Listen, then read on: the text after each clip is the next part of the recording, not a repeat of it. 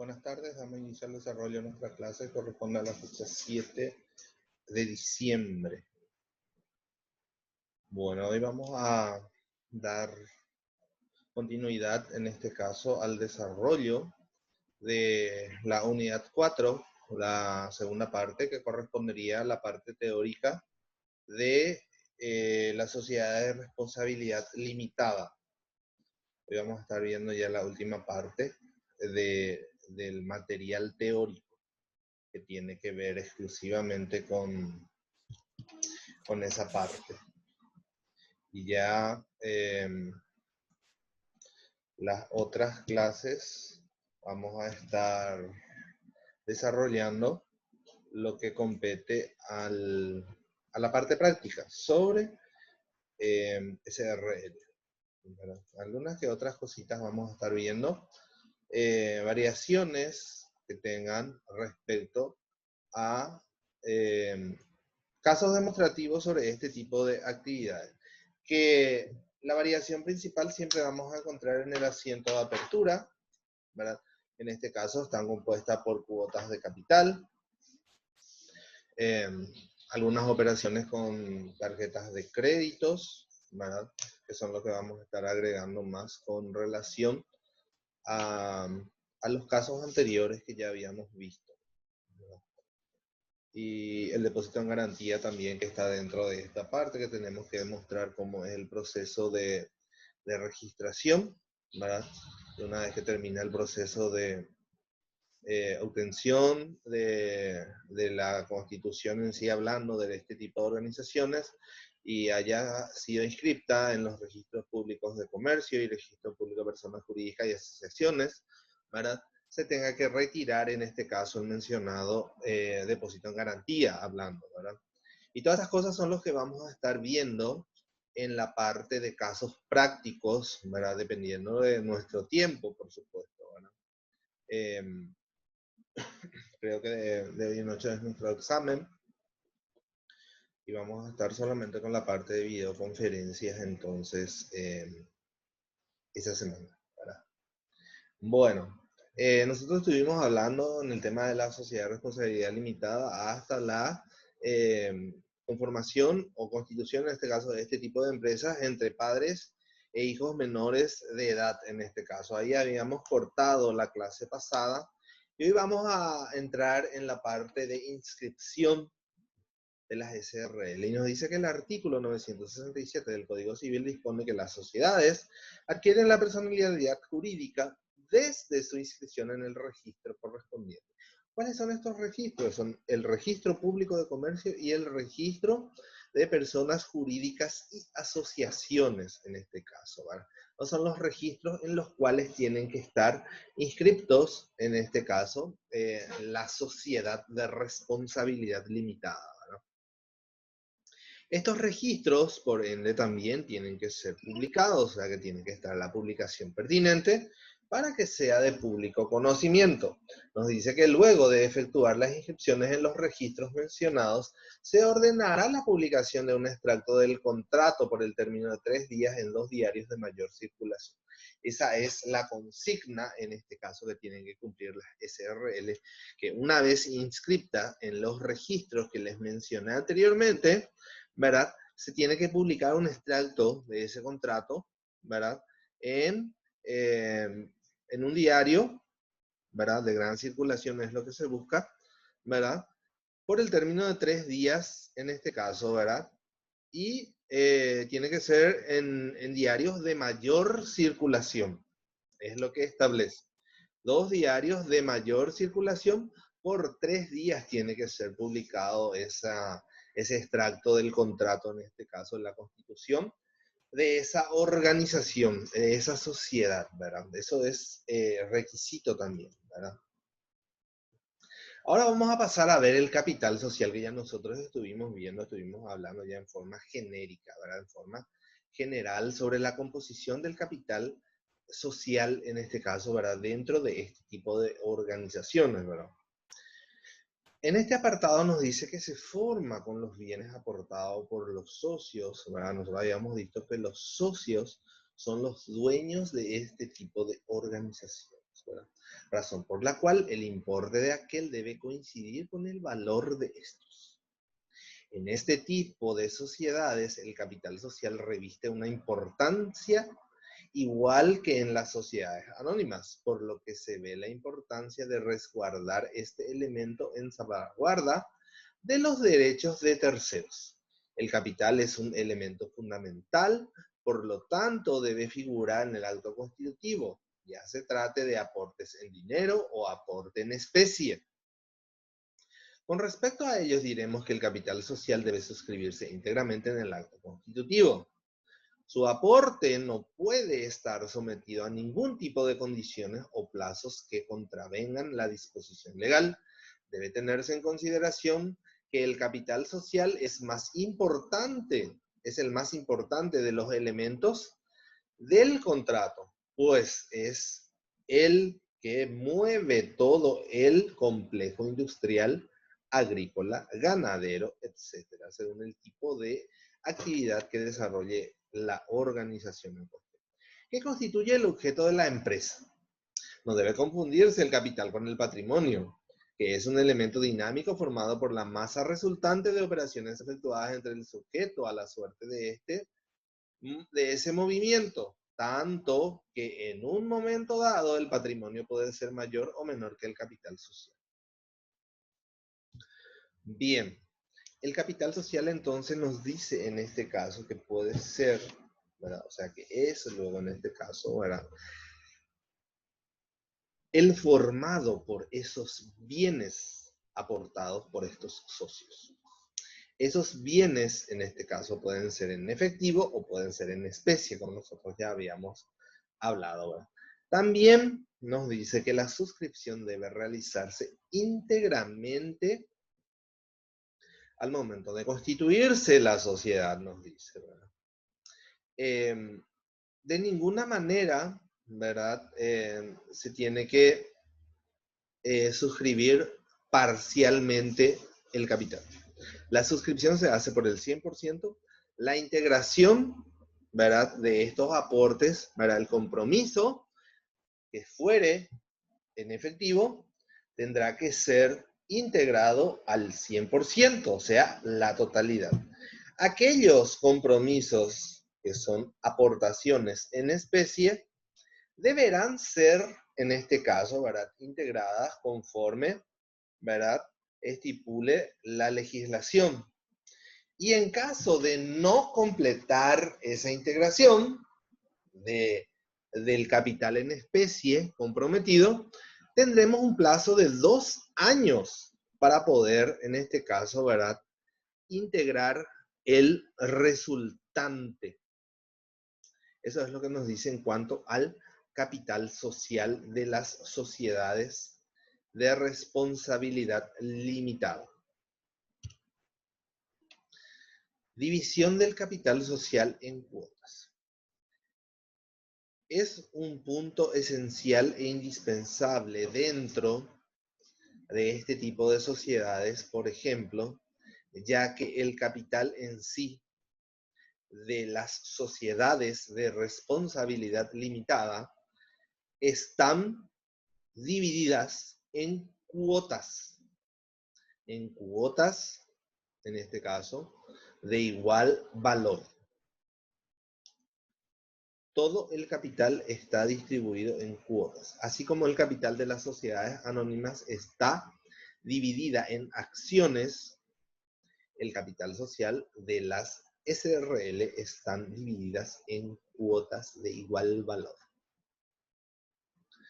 Nos dice que el capital social es el monto global del valor neto correspondiente a los bienes aportados o que se han comprometido los socios a aportar en cumplimiento a la obligación tomada al suscribir las acciones de la sociedad. En nuestro derecho positivo, la sociedad de responsabilidad limitada se divide en cuotas iguales de 1.000 guaraníes o su múltiplo. Los socios no serán más de 25 y solo responderán por el monto de sus aportaciones. Es lo que le estábamos mencionando recientemente, ¿verdad? En cuanto a lo que es la parte de constitución. Al constituir este tipo de organizaciones, nosotros debemos ser conscientes de que solamente podemos integrarla hasta un máximo de 25 personas, ¿verdad? Y que cada socio responderá por las obligaciones que tenga la sociedad hasta el monto de sus aportes. No se vería afectado el patrimonio personal, ¿verdad? Y nos dice también que el capital en sí está dividido en cuotas de igual valor, de 1.000 guaraníes o su múltiplo en este caso, ¿verdad? ¿Qué sería en este caso, verdad? Si cuesta 100.000, todas son 100.000. Si cuesta 10.000, todas 10.000. Si cuestan 1.000.000, todas 1.000.000. 10.000.000, todas 1.000 o su múltiplo, dice. Entonces, ese sería el valor de cada cuota, en este caso, ¿verdad? Destinado. Bueno, siguiendo con este tema, tenemos la cesión. La cesión, en este caso, vendría a ser cuando yo quiera comercializar mi parte. Quiera yo ceder, quiera yo vender, o quiera yo deshacerme de mis cuotas, de mi participación dentro de la organización. Recuerdan que nosotros habíamos dicho la semana pasada, ¿verdad? Que en este tipo de sociedades, por ejemplo, la cesión o la comercialización no se da de forma natural o de forma espontánea. ¿Qué quiere decir eso? De que no es que a mí se me ocurre y yo ya lo esté, en este caso, ¿verdad? Publicando, ofreciendo, o esté ya celebrando un contrato de cesión de derechos. No, no se puede, no es aplicable, no existe dentro de la SRL. ¿Por qué? Porque la legislación prevé de que en este caso, en este tipo de organizaciones, sean los socios los autorizantes para que estas cuotas sean comercializadas. O sea, el famoso, tenemos que pedirle permiso al resto de los socios para que yo pueda vender mi parte o pueda comercializar. Eso es lo que se hace. En cuanto a la cesión de cuotas, nos dice que el artículo 1165 establece, en caso de transferencia de cuota, la garantía subsiste solidariamente con los adquirientes por las obligaciones sociales contraídas hasta 2 años después de inscribirse la cesión. Cualquier pacto en contrario no será opinable a terceros, debido a que por las obligaciones sociales los socios limitan su responsabilidad al capital aportado. La ley es conminatoria a la efectiva integración de tales aportes. Bueno, en cuanto a la cesión nos dice que por más de que nosotros lleguemos a tener esa autorización, lleguemos a vender, ¿verdad? Mi parte, mi cuota, ¿verdad? Persistirá en este caso la responsabilidad solidaria por el lapso de 2 años. ¿Qué quiere decir eso? Que durante 2 años de repente cualquier cosa que aconteciera o celebre, en este caso, ¿verdad? La persona que adquirió mis cuotas, ¿verdad? Me hará responsable solidariamente por todas las operaciones que celebraré en nombre de esas cuotas que yo comercialicé. Y eso está estipulado por ley y no es opinable, dice. Y no existe ningún o cualquier otro pacto en contrario a esto. No, no es que, por ejemplo, no, yo voy a, como les digo, voy a hacer un documento notarial, ¿verdad? Desligándome totalmente de tales cuotas. No existe, la ley ya prevé de que efectivamente es tuyo, se comercializa y por el término de 2 años sos responsable solidariamente por todo lo que aconteciera. en nombre de esas dos cuotas. Eso es lo que manifiesta, ¿verdad? Y no será opinable a terceros, dice, por el hecho de que ni por más de que sea un documento notarial, no puede eximir dicha responsabilidad solidaria que acontecería en este caso, ¿verdad? La otra cara de la moneda es la cesión a extraños. ¿Qué pasa con la cesión a extraños? Y le dice que el artículo 116 dispone, en este caso, ¿verdad? Las cuotas no pueden ser cedidas a extraños, sino con el acuerdo de socios que representen 3/4 parte del capital cuando la sociedad tenga más de 5 miembros. No siendo más de 5 socios, se exigirá la unanimidad. La cesión de cuotas es libre, salvo disposición contraria en el acto constitutivo. El acto constitutivo viene a ser, en este caso, ¿verdad?, la razón de la concepción de la organización, y en la cual se estipulan todas las bases y condiciones y las normativas en cuanto a las formas, manejos y procedimientos a ser realizados en cuanto a ciertas eventualidades se presenten dentro de la organización. Bueno, en cuanto a la cesión de cuotas a extraños, ¿verdad? La legislación es bastante clara y precisa. Dice que no se podrá ceder a extraños salvo que exista un acuerdo de los socios que represente por lo menos la 3/4 parte, ¿verdad?, de todo el capital. Eso cuando tenemos dentro de la sociedad, en cuanto a cantidad hablando, ¿verdad?, mayores de 5 socios. A partir de 5 socios para arriba ya se exige en este caso, ¿verdad?, la conformidad y la autorización, ¿verdad?, de las 3/4 parte del capital, en este caso que representen estos socios, ¿verdad?, y autoricen. No ocurre tal caso, por ejemplo, si son 4 socios, o si son 3, o si son 2. No cuenta. Si son, por decirles, 4 socios, me quedan 3 socios, ¿verdad? Los 3 tienen que estar de acuerdo para que yo pueda ceder a un extraño.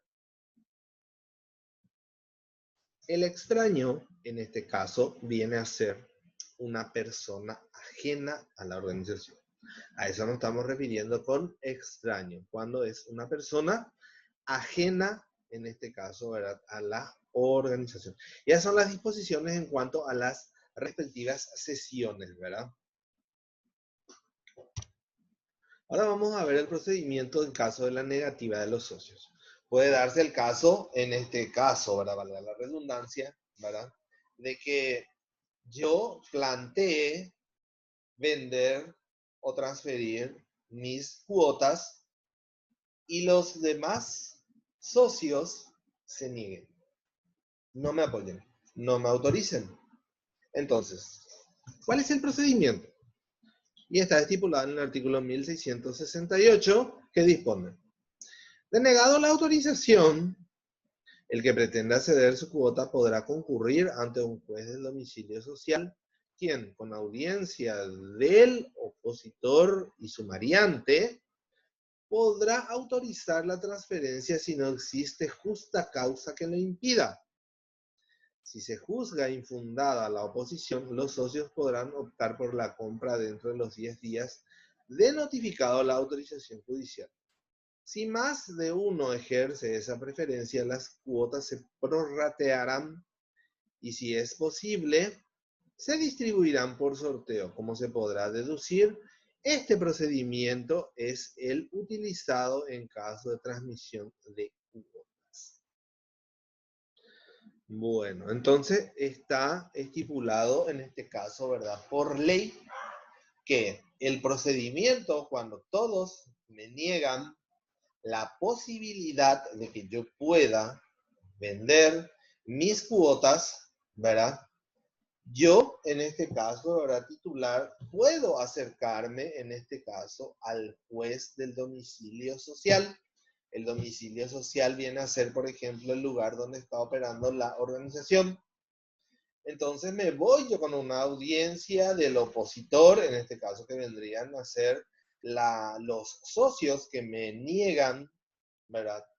El permiso para poder vender, y yo el sumariante que en este caso, ¿verdad? Voy en este caso a sumariarles a ellos por dicho operar dentro de la organización, ¿verdad? Entonces ahí el juez analizando, ¿verdad? Todas las pruebas, los alegatos correspondientes de ambas partes, ¿verdad? Y si el juez, en este caso, ¿verdad?, determina o considera que no existen razones justificadas para que me nieguen el derecho de comercializar, autorizará vía judicial para que yo pueda comercializar, en este caso, mis cuotas. Esto en el caso de que ellos no estén interesados en adquirir. Pero ¿qué también prevé la ley? La ley prevé también de que si se dicta este proceso judicial de mi amparo para que yo pueda vender, ¿verdad? Ellos tienen 10 días en este caso, ¿verdad? Para poder adquirir mis cuotas. En caso contrario, si no existe eso, se podrá ir al tema de la distribución por sorteo, ¿verdad? O se prorratea directamente, ¿verdad? Esas son las formas, en este caso, ¿verdad? De cómo se actuaría cuando existe la negatividad, en este caso, ¿verdad?, de cesión por parte de los otros socios de la sociedad de responsabilidad limitada. Ahora vamos a ver la cesión de las cuotas entre socios, que es en este caso, ¿verdad?, lo más normal y lo más común hablando, ¿verdad?, en términos sencillos. La cesión de cuotas es libre entre socios, salvo disposición en contra del acto constitutivo. Se considerará que la libre transmisibilidad de cuotas entre los socios es una disposición positiva y aún más, que no puede existir disposición alguna que se otorgue a ella. La cesión entonces de cuotas entre socios es lo más normal, lo más común que pueda existir. O te vas y te acercas junto a Juan Pérez, que es uno de los socios también dentro de esa organización, le planteas, acepta, le vendes. No hace falta pedir autorización, no hace falta comunicar, simple y sencillamente se comercializa libremente entre ellos. Salvo que, la famosa aseveración en este caso que puede haber, ¿verdad? Salvo que en el acto constitutivo se establezca lo contrario, que indefectiblemente para todo tipo de comercialización o cesión se necesitaría, por ejemplo, el consentimiento de los socios. Ahí cambia, ¿verdad? Entonces no puede ser más libremente porque prevé en el acto constitutivo, ¿verdad?, de que se tiene que pedir autorización para cualquier tipo de cesión que existiera. Pero si no existiera eso en el acto constitutivo, es libre, es espontáneo, es natural. Bueno, una vez realizadas las transferencias, nosotros tenemos que realizar el proceso de inscripción de las transferencias. Esas inscripciones de las transferencias nos dice que todo cambio en la titularidad de la cuota debe hacerse por escritura pública y solo producirá efecto luego de su inscripción en el registro público de comercio y publicada, dice. O sea que nosotros, por ejemplo, estamos vendiendo nuestras cuotas, ¿verdad? Una vez que se vendan estas cuotas, tienen que ser inscritas otra vez en el, tiene que hacerse la transferencia primeramente por escritura pública, posteriormente tiene que ser inscrita en los registros públicos de comercio y de personería, personas jurídicas y asociaciones. Una vez que esté inscrita ahí, tiene que salir el extracto del contrato y tiene que ser publicada nuevamente en 2 diarios de gran circulación por el término de 3 días. Una vez que todo ese proceso haya acontecido, ahí recién desaparece o se transfiere la titularidad de esas cuotas. Eso es lo que nos está diciendo el material. La transferencia de cuotas de los socios fallecidos. ¿Qué pasa cuando uno de los socios, en este caso, fallece? ¿Qué pasa con las cuotas? Nos dice que para la transferencia de las cuotas del socio fallecido se aplicarán las disposiciones que rigen la cesión convencional. Pero si en el contrato social prevé la continuidad de la sociedad con los herederos, el pacto será obligatorio para todos y la incorporación de los sucesores se hará efectiva acreditando su calidad. Muy bien. En cuanto a la transferencia, ¿verdad?, de estas cuotas de socios fallecidos, ¿verdad?, nos dice de que efectivamente, ¿verdad?, se aplicarán las disposiciones que rigen en la cesión convencional. Puede ser que figure, por decirles que esto fallece uno de los socios y se tenga que comercializar inmediatamente. Se le entregaría, por ejemplo, el remanente a los herederos directos, ¿verdad? O sea, iría como paquete de la sucesión. O si dentro del contrato social, en el acto constitutivo, se previó de que la sociedad, ¿verdad?, aun cuando los socios llegaren a fallecer, en este caso, ¿verdad?, la sociedad seguiría operando, se le daría continuidad y automáticamente los herederos serían, en este caso, ¿verdad?, los sucesores inmediatos. Y lo único que precisarían en este caso es mostrar una credencial o una acreditación que en este caso avale que ellos son familiares, hijos, esposo, esposa, no sé, o que exista el parentesco pertinente y por ende se conviertan directamente en socios de este tipo de organizaciones. Ahora vamos a ver la copropiedad. ¿Qué es la copropiedad? Nos dice que cuando la cuota pertenezca a dos o más personas se aplicarán las reglas por la copropiedad de acciones de la misma manera que existiesen en la SA. Las acciones son individuales. En este caso las cuotas serían individuales también.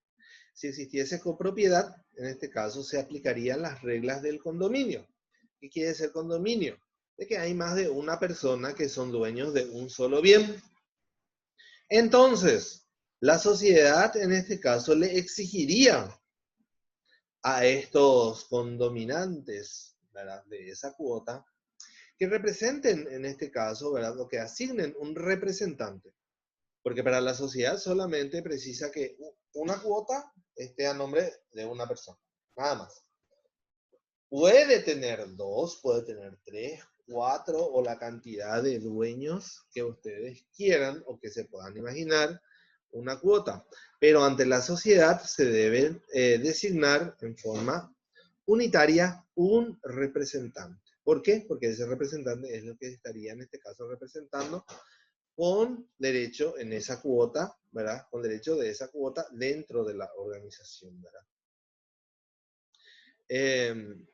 En este caso, la copropiedad de una acción, los derechos de los partícipes deben ser ejercida por un representante común, es decir, que la representación común es obligatoria y no optativa. Ahí está lo que le estaba manifestando recién en cuanto a la designación de un representante. Acá no te da opción, no te dice que hay una alternativa que vos puedas o no. Te condiciona la ley y te dice, puede haber uno, dos o tres o cuatro o la cantidad que ustedes quieran de dueños, pero ante una organización se debe designar un representante. Y es ese el que va a representar por cada cuota o por cada acción.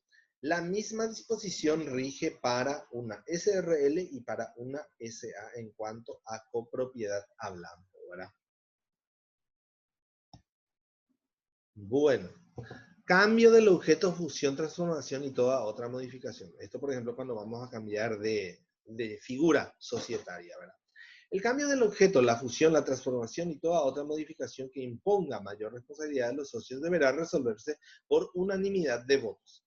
Las cuestiones planteadas son de suma importancia para la sociedad y su futuro, por lo que nuestra ley impone su aprobación por unanimidad. Aún más, en los casos mencionados más arriba, en nada impedirán al socio disconforme invocar el derecho de receso legislar por el artículo 1092. El último párrafo de este artículo dispone: cualquiera otra deliberación social se decidirá por mayoría de capital. Cuando queremos cambiar de objeto, queremos fusionar, queremos transformar nuestra organización, entonces cuando estamos hablando de una sociedad de responsabilidad limitada, la legislación en sí prevé de que estos casos puedan darse única y exclusivamente por unanimidad. Todos tienen que estar de acuerdo. Basta con que uno esté, por ejemplo, disconforme y esto queda sin efecto. Eso es lo que dice. Cuando estamos hablando de cambio, fusión, transformación o cualquier modificación, tiene que ser por unanimidad de todos los socios.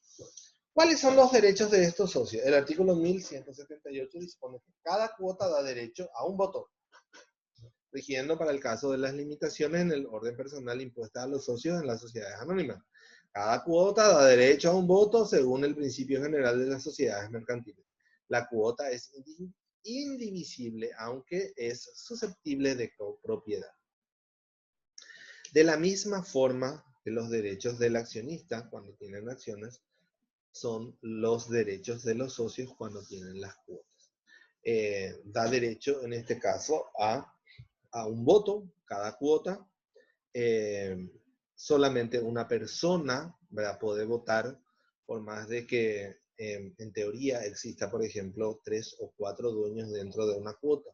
No pueden votar los 2 o los 3. Solamente uno puede votar, porque es un voto por cada acción. Y esos son los derechos también que rigen, al igual que en la SA, en la SRL. Las reservas también, al igual que en la SA, nos dice que en la ley 1034, en la ley del comerciante, dispone que en las SA y las SRL tienen que efectuar reserva legal no menor del 5% hasta alcanzar el 20% del capital suscripto. Eso está estipulado por ley y no puede ser cambiado. Ahora vamos a entrar a la documentación comercial. Nos dice que la ley 1034 nos dice que todo comerciante cuyo capital exceda el importe correspondiente a 1000 jornales establecidos para actividades diversas no especificadas de la capital está obligado a registrar, en este caso, en los libros que la técnica contable considere necesario. Una contabilidad ordenada y regular, adecuada a las características y naturaleza de sus actividades, que permita determinar la situación patrimonial y los resultados de su actividad. Deberá además confirmar, en este caso, ¿verdad?, que tiene que tener en resguardo o salvaguardar estos libros, ¿verdad?, y todo lo que tenga que ver en cuanto a la documentación por el giro normal de la actividad que desarrolla. El número de libros contables, en este caso, que se establece para este tipo de organizaciones, es igual también a los otros tipos de organizaciones, como ser, por ejemplo, el libro diario, el libro inventario, libro mayor, libro compra IVA, libro venta IVA, que son en este caso, ¿verdad?, los libros principales y los libros auxiliares, que son similares. Y el plazo de la prescripción, que todos estos documentos tienen que ser salvaguardados por el plazo de 5 años. Pasos para la apertura, ¿verdad? La apertura en sí, ¿verdad?, de este tipo de organizaciones inicia, en este caso, en una escribanía, ¿verdad? Primeramente con un abogado para la redacción de la escritura, pasamos a una escribanía para la protocolización y posterior inscripción, en este caso, ¿verdad?, en los registros correspondientes. Esos registros son registros públicos de comercio y registro público de personerías jurídicas y asociaciones.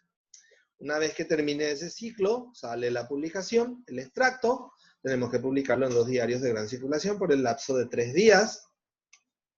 Posterior a eso, nos vamos a la Dirección de Apoyo del Ministerio de Hacienda, en las PAC, la SED, en este caso, para solicitar el RUT, ¿verdad?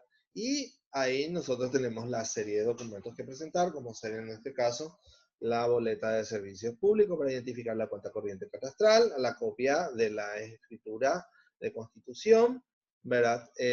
Tenemos en este caso el desglose de los aportes, ¿verdad?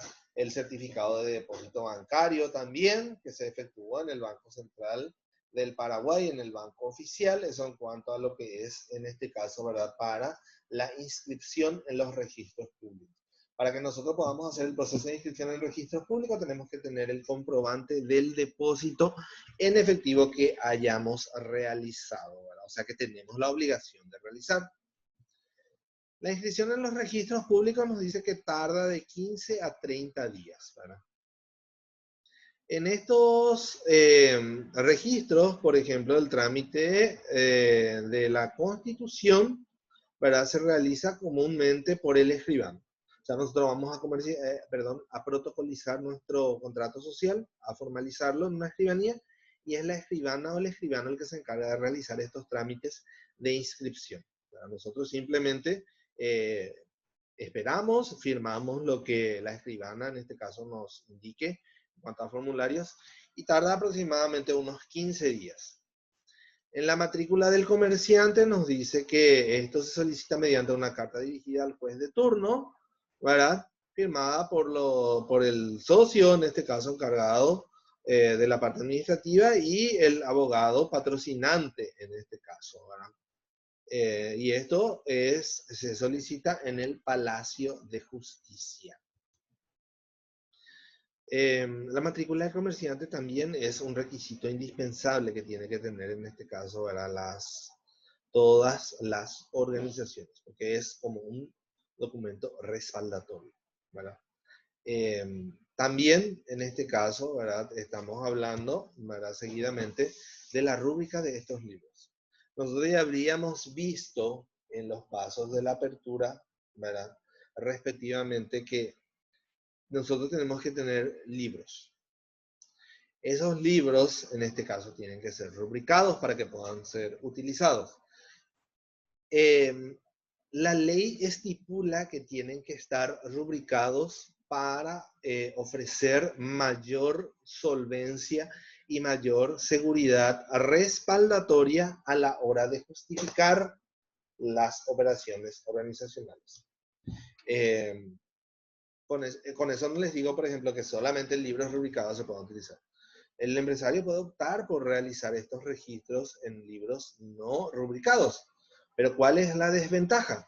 De que nos sirve, en este caso, ¿verdad?, como prueba respaldatoria o prueba justificante de movimientos.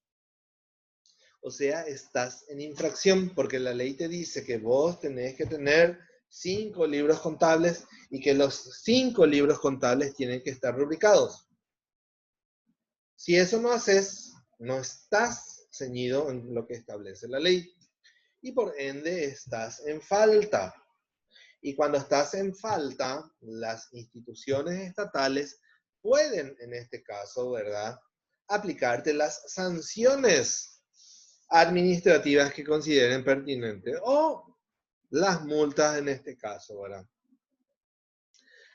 Una vez obtenida la matrícula del comerciante, porque primeramente tenemos que solicitar, en este caso nosotros, la matrícula del comerciante, una vez que tengamos la matrícula, en este caso inscripta, tengamos el documento, ¿verdad?, de que efectivamente ya existe, ¿verdad?, la matrícula del comerciante a nombre de los Halcones SRL, ¿verdad?, tenemos que preparar, en este caso, la carta dirigida a la Dirección General de Registros Públicos solicitando la rúbrica de los libros. ¿Cuáles son esos libros contables? Tenemos nosotros el diario, el inventario, que son los libros principales. ¿Qué quiere decir libros principales? De que no podemos dejar de tener esos libros. Después están los auxiliares, como ser, por ejemplo, el mayor. Está el libro compra-ventas, ¿verdad?, de IVA, compra y venta. Y son 3 libros que son auxiliares, ¿verdad? El hecho que diga que son principales y auxiliares no quiere decir que yo me voy a abocar a tener solamente los principales. Voy a dejar de lado los auxiliares. ¿Por qué? Porque sí o sí los 5 se te solicita a la hora de una fiscalización. La carta dice que debe estar firmada también por el solicitante, que en este caso es la empresa, y por el abogado patrocinante, en este caso. Y se tienen que llevar los libros pertinentes. Todos los libros con las notas se dejan en los registros y posteriormente se retira cuando esté todo firmado y se paga lo que se tiene que pagar, ¿verdad? Que es lo más importante. Se paga por cada hoja. Creo que es 1.000 o 2.000, creo que ya está, por cada hoja. Y bueno, eso es todo lo que tenemos nosotros en cuanto a lo que es SRL. Ahora les voy a tirar unas cuantas preguntitas dentro del foro. Espero que respondan. Tienen tiempo hasta las 20:50 aproximadamente, ¿verdad? Para responder esas preguntas. Entonces,